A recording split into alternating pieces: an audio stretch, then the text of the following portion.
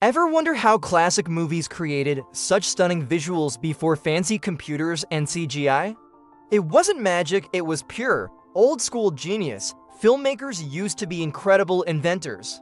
They create mind-bending lens distortions with something as simple as a drop of water, or build custom camera rigs from whatever junk they could find. These weren't just cheap tricks, they were brilliant solutions that gave films a unique, tangible feel that's often missing today.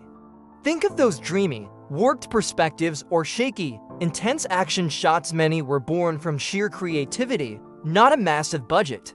So next time you're shooting, forget the expensive software for a moment. Try a DIY filter or a homemade dolly. You might be surprised by the amazing, authentic results you can get. Let's bring back that hands-on magic to filmmaking. Thanks for watching, and don't forget to subscribe for more creative tips.